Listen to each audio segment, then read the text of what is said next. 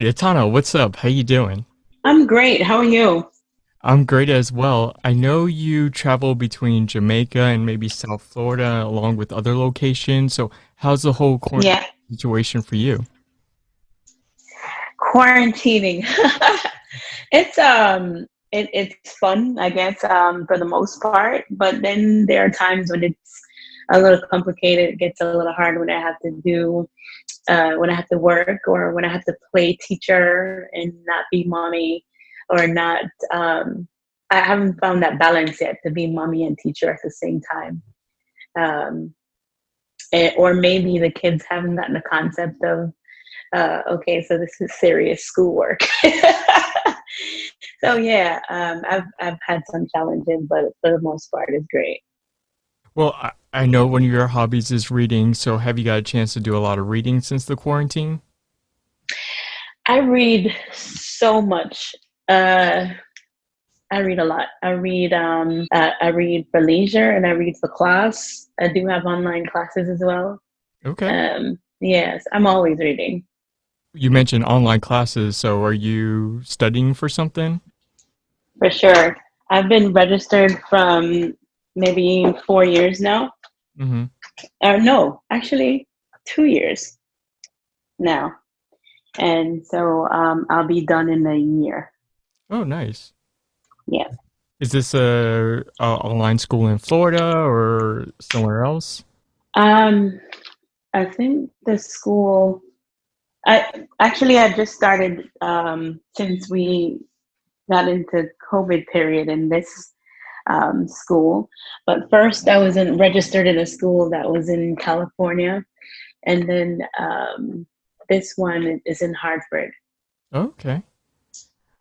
And you mentioned leisurely reading, so what kind of authors do you follow or what kind of books do you usually read? Um, I don't like love stories and stuff like that. I'm into the philosophical stuff or the like real life story, real life events, and maybe some economics. Okay. Boring, right? Well, you gotta learn something. Yeah. I mean, I'm usually into like mystery novels, but I could get into some economic books as well. Yeah, yeah. I like to feel like I'm learning to advance, Oh yeah. my own life, Yeah. and I feel like reading novels or love stories, just or fictional stuff. It's just I don't know. It's just a waste of time for me. Yeah. I like to mix it up sometimes. I like to put like autobiographies into my mix of books that I like to read. I probably read like maybe one or two of those. Um, Actually, no, I read three. I read three of those. And I bought recently the Jay Z, and I haven't really gotten to it yet. Um, uh, and I've read through the Sojourner Truth one, and Okay. yeah. That's awesome. So I gotta talk about this awesome album that you came out with. I think it was last month, and I love the album that you came out with. And something I noticed that you mentioned before, one of your goals is that you try to what you do differently with the album is that you try to better yourself from the previous one. So what do you feel that you did different on this album to better yourself from the previous albums? Um. So when I look at the album Reggae Forever, Mm-hmm. it's very well produced and well polished. It has a lot more roots reggae than I Rise, than Gemini, and it uh, doesn't have as much versatility as much as Gemini. And so Gemini was done intentionally so because I wanted it to be different from Reggae Forever. I gave a hint of what I would be coming up with on Dimensions, but of course, an EP with 8 tracks could give you a pretty good idea of where I'm heading. But to have the whole complete album as a project. So, it just it says everything that needs to be said, Yeah. and I think Gemini did that. And I heard as soon as it dropped that it went straight to the top of the charts in Kenya. And I know you've done live shows over there. So why do you think that your music is so impactful in that country? That's a good question. I remember the first time I performed in Kenya. I was maybe 6 months pregnant. I was a little round in the tummy and in the face, and uh, I performed for like 30 minutes or so. And the reception was really wicked. Like it was really good. But my fan base continued to grow. And so by the next 2 or 3 years that I went there, I realized that it was bigger. And 2 years after that, it was even bigger. And I have no idea um, what our connection is. I just know that when I go on stage and I do some of the songs from the I Rise album, or even before that, it's just sometimes it gets so loud that I can hardly hear myself. I just let them sing it, you know. But I don't know. I think my team says they think that I have Kenyan blood in bloodline, and I need to go and do my ancestry report to see what comes up, because it has to be that I'm from there. When the whole quarantine resolves, or were you planning to do a tour in Kenya, maybe like, I don't know, maybe next year, or if this year, if everything resolves itself? I intend to do my whole tour that I canceled in this year. Mm. I'm still so disappointed about that, because the dates were booked from March all the way to August, and it Wow. included Kenya. And so, but I also didn't announce as yet, because we were still completing all the arrangements and stuff like that to be there. Um, and so, yeah, I'm looking forward to doing everything that I wasn't able to do in this year. Are there other parts of Africa that your music is really popular besides Kenya? Um, I've been to Ghana. Uganda is also, I think, growing. I've been to South Africa, but I think Ghana and Uganda would probably be next, like right after Kenya. Are there other parts that you want to go to and travel and tour at? I want to go to Ethiopia. I want to go all over Africa, actually, Yeah. um, just to see the different parts and different culture. And I think a part of a part of the reason why I think I'd love to do that is because as Jamaicans, as a Jamaican, and in Jamaica, we see Africa as one place. In Africa, they see each part as their own um, country, or part of the, and they also say it's not they have like a different concept, like a different idea of what Mm. Africa is. So I want to, see all the parts that they have, and also I want to go to the place that we, as Jamaicans, see as one. What do you usually like to do if you get some time for like leisurely travel in parts of Africa? I think I would go to Congo. Um, I would I would also spend much more time in Kenya, because I didn't get to see all of Kenya. I saw Mm. mostly, the sections that, we landed the show, like in Nairobi, in and around. But I think there's just so much more there to see and learn. And I would spend some more time in South Africa as well. I mean, I've gone through all your music, especially all through your albums, and I noticed something unique about the cover art is that on the last three full-length albums, they're more Mhm. animated in comparison to your first four. So is there a reason for that change in the cover art?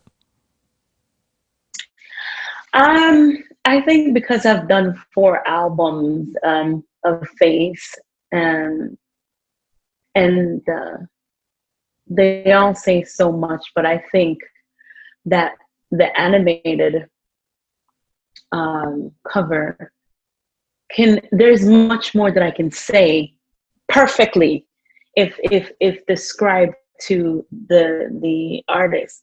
Like he can put that those words into the picture, and I think that's what we did for the last three covers.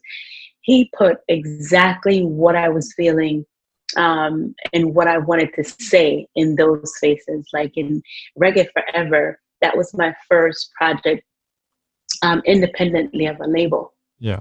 And I wanted them to see what may be an emancipated, strong, independent woman that has the courage to go forward, you know. And I Mhm. think the militant face in the Reggae Forever said that, Yeah. you know.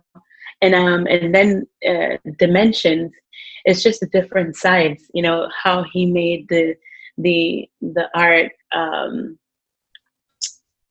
so asymmetrical. Hmm. And the Gemini cover, now this one is serious. You know, I wanted them to know that there's a playful side, a queenie side, a mature side, and a childish side. Hmm. And but it's also a time that we have to look at life in a different way. And the flowers, the falling flowers, the people in this time, you know, the many things that we fall to and in, and how complicated the time is. But you know, there's still a chance for us to overcome. And when the ashes fall and when the flowers fall, they bloom again. So it's crazy. I love the way the story says that the picture says so much about now and life as it is now, and put that with the music, and I think it's just the perfect package. It's a beautiful cover art. I'm curious though, like you mentioned that you have an artist that does the cover art. Do you tell the artist what do you want to see in this album? We talk. I talk to him about you know, the music first. Like we Hmm. have this long conversation about what the music, you know, is about, and what each song is saying and why it was written. And then we also talk about how I feel about current situations, Hmm. uh, whether controversial or not. And then and I'm able to be open and honest, you know, about how I feel. Yeah. Um, and then he talks about, he says, okay, send me an image that you've done recently. And then he puts it all together based on our conversation and the image that I give him. And of course, in the image, the hair was similar. It was up and away from my face, Hmm. but the eyes and the almost like I'm looking, you know, down from a high place and stuff like that. All of that is it has it all of it means something. Hmm. Since the Reggae Forever album dropped, I've noticed you have actually been releasing an album every year. So can we expect a new album from you next year as well? You better believe it. I'm already working on it, but Okay. it's definitely different from that's different from Reggae Forever, I Rise, or anything that I've done before. Um, it's it's filled with collaborations with different artists. Every song is a collaboration, and it's, trust me, lot different from you've heard before. But it's exciting. It's really good. I'm happy about it. Oh man, I can't wait. Yeah, yeah, Well, me too.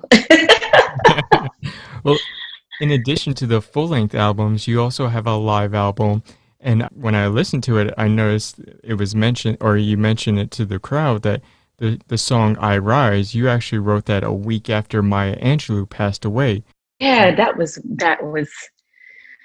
something. Like I never had it in mind. The only thing that came to mind when I was writing the song, as soon as I heard it in my head, arise, arise. When I heard that, I said, wait a minute. Maya Angelou wrote a poem about I rise Hmm. and still I rise. And I said, I'm going to sing it anyway. And Yeah. I said, I said, people are going to think that you wrote it off of this poem. And I said, I don't care. I'm going to do it anyway. Yeah. And I'm just going back and forth in my own mind. And I wrote the chorus out. And I got a co-writer, and we spoke about it. I spoke about the direction and where I was at the time. And we completed the song, and then I recorded. And then a week after that, she passed away. And I was like, wow, maybe I was feeling Hmm. that energy somehow, Yeah. Yeah. and I just think it was an incredible moment. Oh no, it's amazing, and I think on the album or on the live album, the fans loved it, and I think they were even singing it back to you. You mentioned that you had fans in Kenya singing it back to you, so yeah, I know it's a fan favorite. So yeah, that's awesome. Yeah. When I get to certain places like Nicaragua, anywhere in the islands, definitely in Kenya, in Brazil, certain places, when I start I Rise, it's one of the songs that I just can't do on my own. Hmm. Like it takes like at least two tries before I can get it out, and sing it Yeah. in full. Going back to your Reggae Forever album, it was nominated for a Grammy, and you actually became the first female in over 20 years to accomplish that feat. So, what do you feel that you did differently on that record that helped you overcome that barrier? I not only did I get very much involved in the production without an A&R, and I worked on this album with Clive Hunt and a few other, well, not necessarily with Clive Hunt, with different musicians. And then after I produced all the music, then I brought the album to Clive Hunt for him to listen to, because of course this was the first time doing an album all by myself. Mm-hmm. And I toured. At the minute the album dropped, I toured so hard. I opened up for J-Bug for a full month, and then after that, I continued to tour for the whole year. And it was everywhere. And I also had many live interviews all over um, on mainstream stations.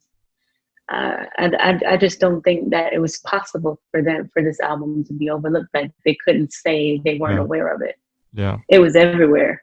Mm. And so I did put in like double time Mm. the work that I've never done. Everything that I did with Reggae Forever and everything that I've learned, it all the moves was something I had never done before on any one of the albums released prior.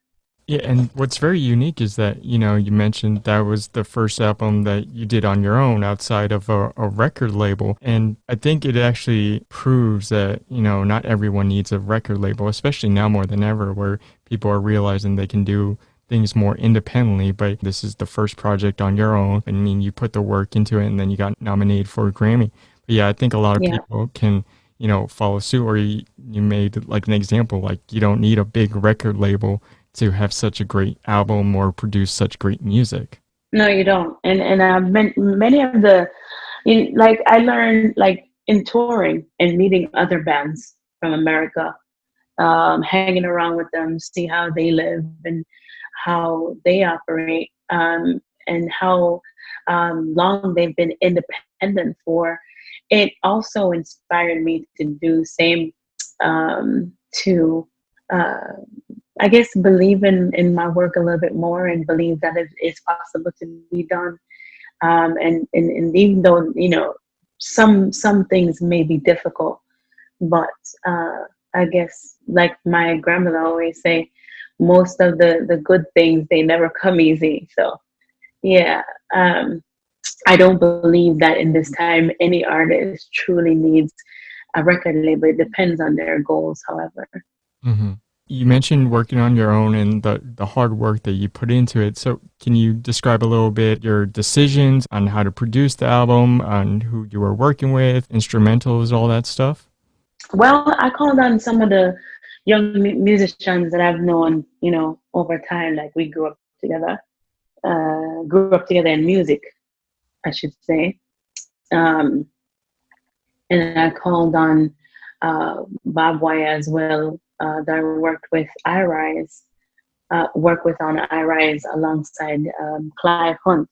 So instead of going directly to Clive Hunt, I used Bob Wire, um, and some of the young musicians like Monty and a few other people.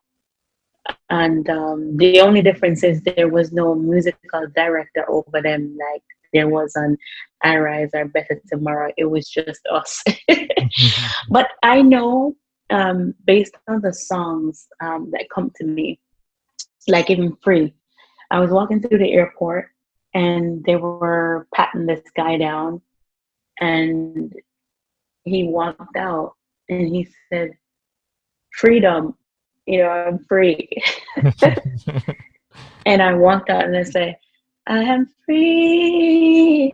Yes, baby. Free to love and be." And then I thought, okay, so I'm going to need this person and this person and this person because only these people, like these three people, can bring the sound out like I wanted it. And I called Jesse. He always I say his name wrong. His name is Jesse Edelman or Adelman, right? Yeah. And I called him and I said, "Jesse, I need you to strum the guitar on this one." And he said, "Yeah, tell me what it is." Like he's the one who wrote reggae. Reggae hit me like a drum. And I said, so I gave him the whole story, and then I sang the little part. And he said, "How long before you get here? Because I've already like flew him into Jamaica." Yeah, yeah. He said, "How long before I get here?" And I said, "Well, about 2 hours because the flight is like a 1 hour and some, and then it's going to take me another 10 minutes to get out. I'll Yeah. be there like 2.5 hours." And he said, "All right, I'll be ready." And by the time I got to the studio, I just walked in, took me about 10 minutes, and I just recorded. It was ready. Oh, wow.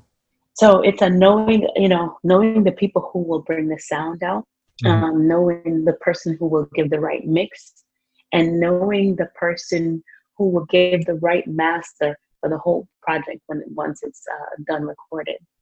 One thing I love about you is that you actually really know how to acknowledge credit or give credit when it's due. I mean, even so that you've even had a song in one of your previous albums. I think it's called Credit Song, but it was a song dedicated to just giving credit to all the people involved in your music or in the album. But yeah, that's what I really admire about you is that you're willing. I mean, not only do you have a good network of people, but you're willing to actually acknowledge the people that actually worked with you and helped you produce on such great music. Thank you. I mean, I think it's important because a lot of people see the songs and they hear the songs, hear me perform them, and they see the videos, but they don't know the people who actually, um, you know, help to put it all together.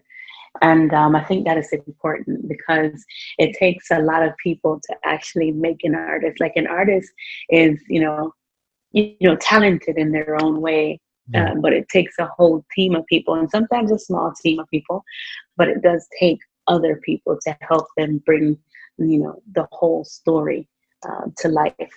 And so I think it's important for those people to be acknowledged. And that part of doing the I Rise album, no, I think it was Better Tomorrow album. Um, I saw some musicians walking on a particular song, and I said, um, I noticed that the right what as I requested that that all the forms be signed and all the paperwork be done before the song is complete, or even after the song is complete, that all paperwork need to be signed off on before they exit the studio. Hmm. And uh, one of the musicians said, "Oh, I'm not signing anything because I've already gotten paid." Hmm. So it is then that I realized that, some of them were not informed on what and how publishing works and stuff like that. And we had like a whole conversation, and a few people were pissed because they didn't want they were hoping that we wouldn't have that conversation. Mm. And so and I know it probably wasn't my business to get into, but I'm that much concerned about people I work with, and the people who put the work in to make it what it is. It wasn't all me, and I think that's important. Yeah.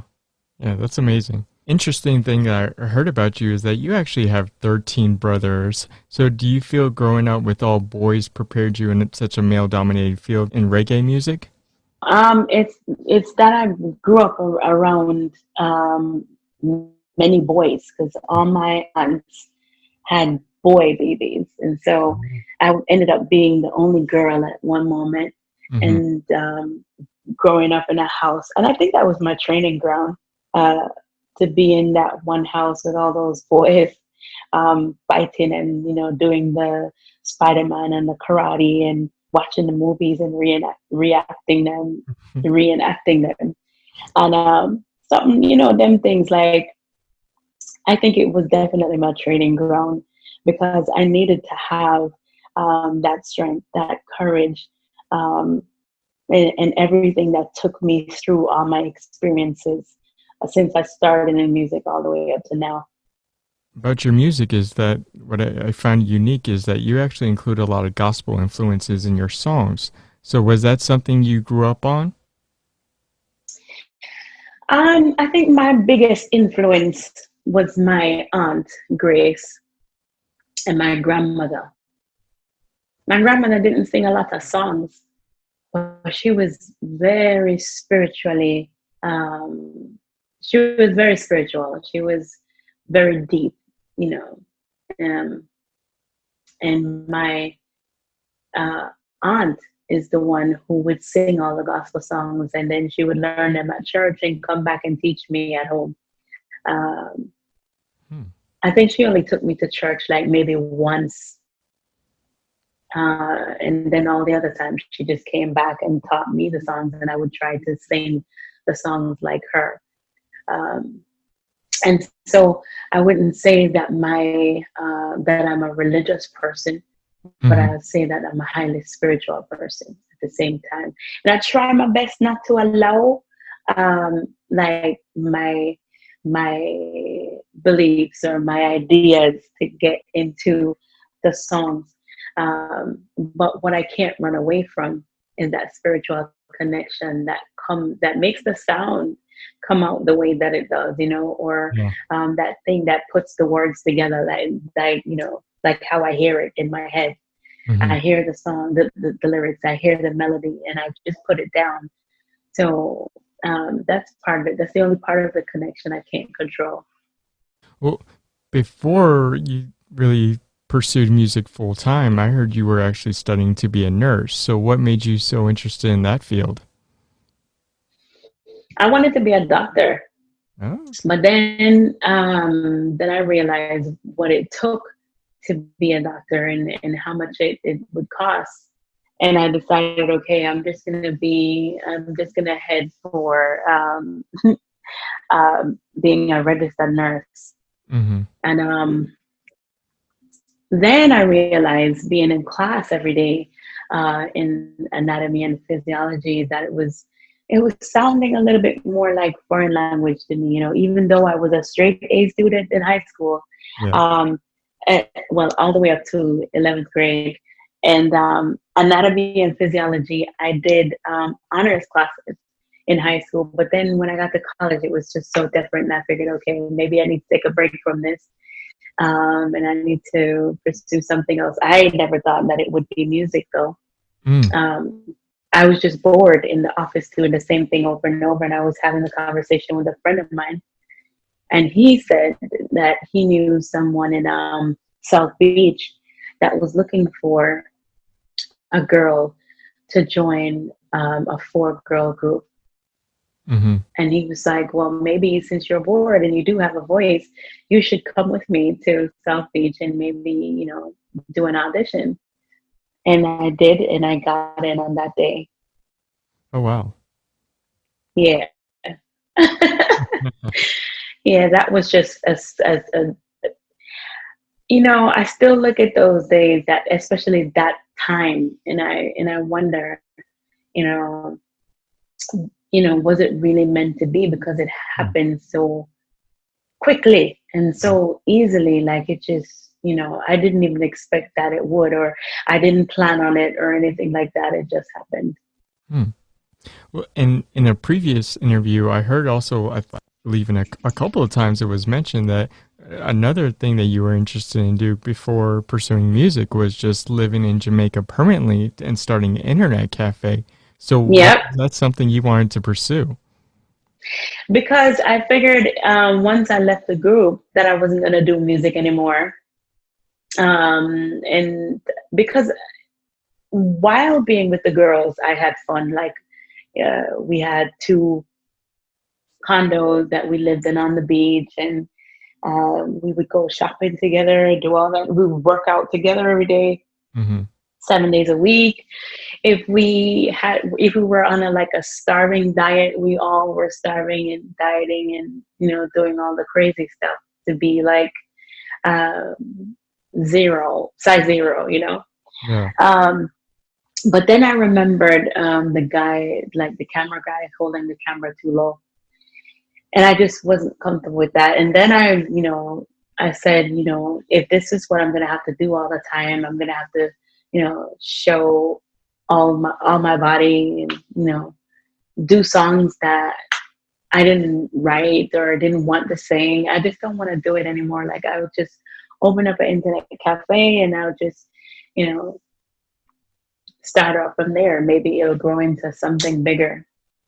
And I just, when it was time for us to go on vacation, I just left and I didn't come back. And I remember that time when I had to pick up the phone and make that phone call to say that I wasn't coming back. It was terrible. Like, it was one Mm. of the hardest things I had to do. Internet cafes are awesome. I like internet cafes when I traveled abroad. And you could always own like a franchise internet cafe in different parts of like Jamaica and too. But yeah, that would have been a cool career.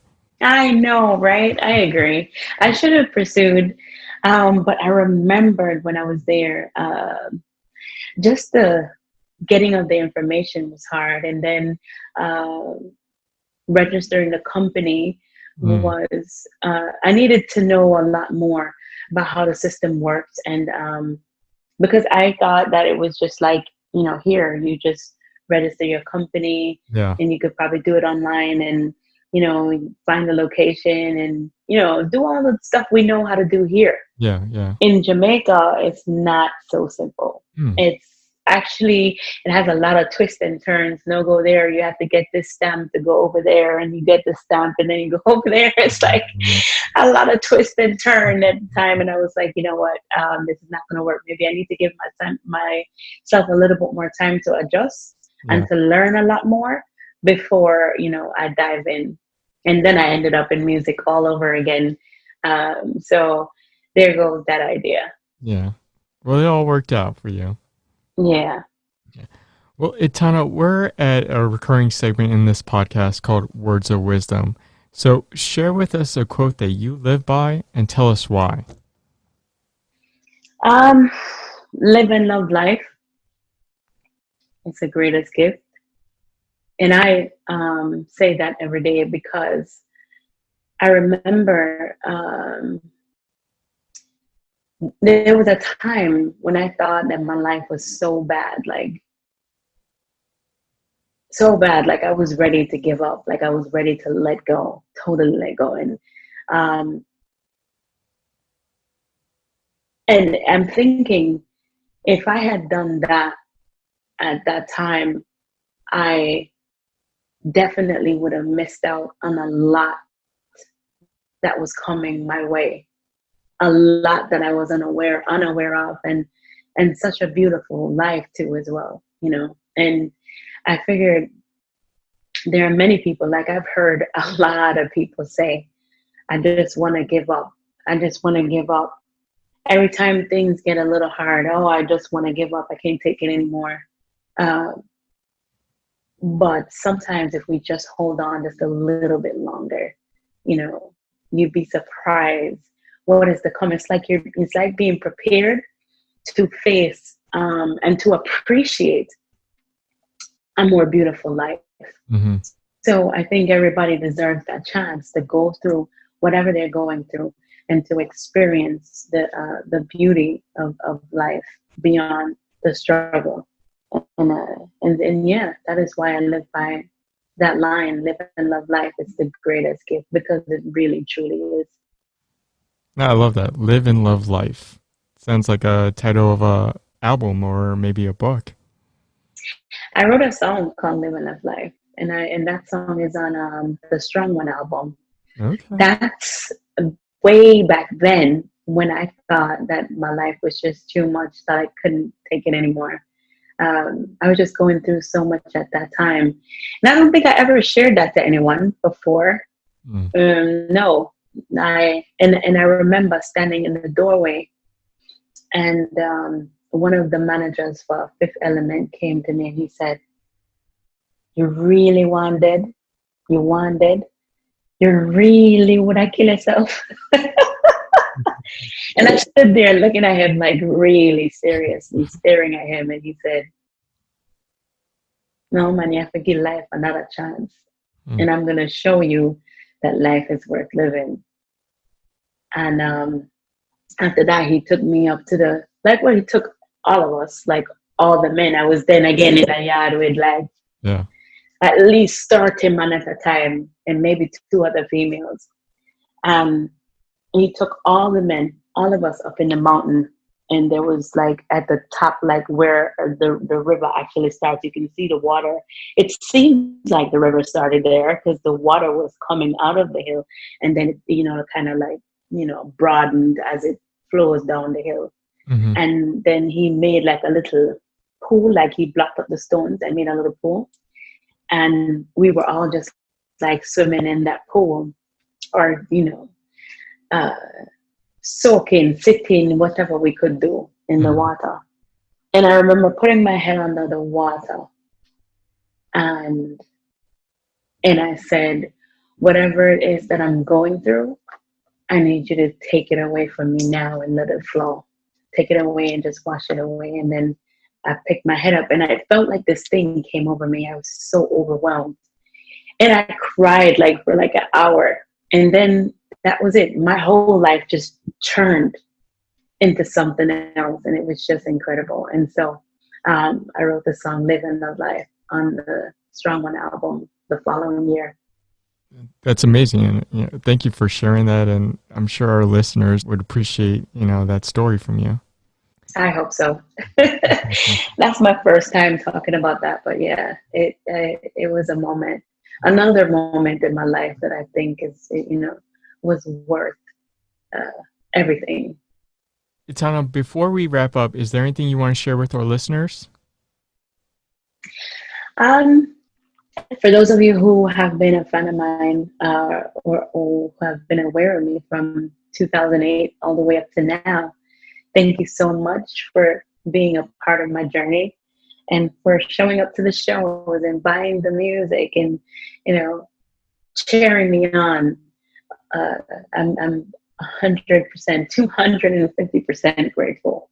And for those of you meeting me for the first time, uh, this is where uh, positive energy lives. Um, and do check out all of the music from back then till now, and more than anything, the new Gemini album. It shows many sides of me, and I think it's one of the most versatile projects I have ever done. And live and love life. It's the greatest gift. Yeah, and funny that you mentioned about like positive energy because there was some kind of and that explains why it was when I've listened through your albums and binging through your music and I cruised through your music, especially through your live album. I love the live album. But yeah, I just Thank felt you. something positive. But thank you. It makes sense now. It was positive energy coming from your music. Thank you. Yeah, Tana, thank you for, joining us and, talking about yourself and joining us on this interview. I really appreciate it. And thank you for those words of wisdom. It was definitely insightful. I so much appreciate it from the bottom of my heart. But Etana, thank you so much for joining us in Irie Chat and best of luck on everything. Yep. Thanks for having me.